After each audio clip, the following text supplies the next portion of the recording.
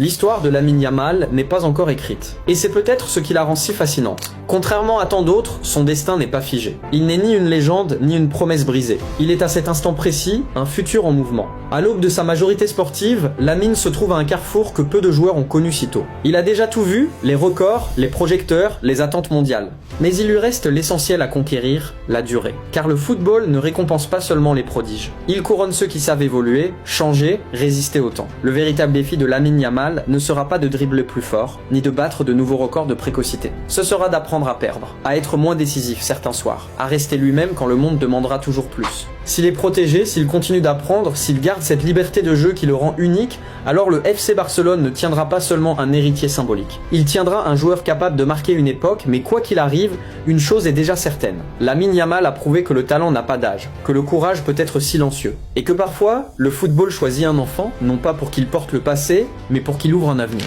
Son histoire ne parle pas seulement de football, elle parle de patience, de responsabilité, et de ce fragile équilibre entre rêve et réalité. Le monde continuera de l'observer, de l'attendre, de le juger. Mais au bout du compte, une seule chose comptera vraiment, que Lamine Yamal reste ce qu'il a toujours été depuis ses débuts à Rocafonda. Un enfant qui joue au football parce qu'il aime ça. Et parfois c'est exactement comme ça que naissent les plus grandes carrières. Dis-moi en commentaire ce que tu penses vraiment de Lamine Yamal, et surtout, selon toi, jusqu'où peut-il aller ?